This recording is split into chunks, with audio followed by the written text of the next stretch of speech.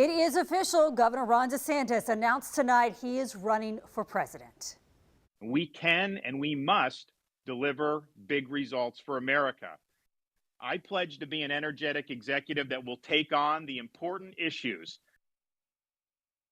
Did not go off quite as planned due to technical glitches. Many of you experienced the disruptions to his live Twitter event this evening with Elon Musk. Twitter servers apparently could not handle the surge in traffic, which led to about a 20-minute delay. Metrics published by Twitter say that more than 600,000 users tried to listen.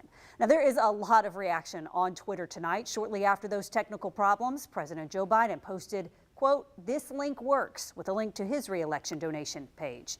After the event wrapped, Mick Mulvaney tweeted that DeSantis did 75 minutes of pure policy, and Trump could never do that. Mulvaney was the former acting White House chief of staff under former President Trump. Now, Donald Trump Jr., the former president's son, tweeted that DeSantis is making Jeb look high energy, referring to former Florida Governor Jeb Bush. And another tweet asked for Elon Musk to fix Twitter. This user says they wanted to hear him and DeSantis. Others tweeting Ron DeSantis crashing poll numbers and crashing Twitter Spaces.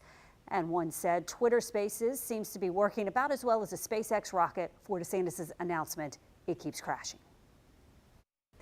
I want to bring in our political analyst tonight. Andrew Mattazzi was a reporter with the Florida Times-Union, now the founder of The Tributary, which is a nonprofit, nonpartisan online publication focusing on investigative journalism. And Michael Bender, a political science professor who runs UNF's Public Opinion Research Laboratory. Thank you both for joining us tonight. I want to start with a new Quinnipiac poll just released today showing that former President Donald Trump has doubled his lead against Governor Ron DeSantis among Republican and Republican-leaning voters. So the polling shows 56% supporting Trump to 25% for DeSantis. So, Michael, I want to start with you. How much stock do you put into these early polls? Well, I think it's important to understand with primary polls, it's really early.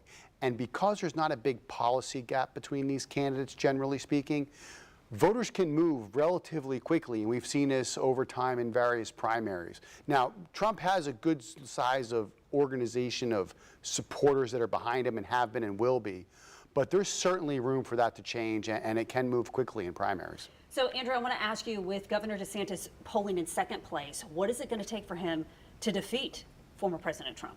He's going to have to explain how he's different than President Trump, and he's going to have to actually persuade voters that he is a better version of Donald Trump. That's been the message he's been trying to share, is that he is like Trump but more electable, and he's going to have to find a way to actually get through to the type of voters who vote in primaries, in the Republican primaries, especially in those early states, Iowa, New Hampshire.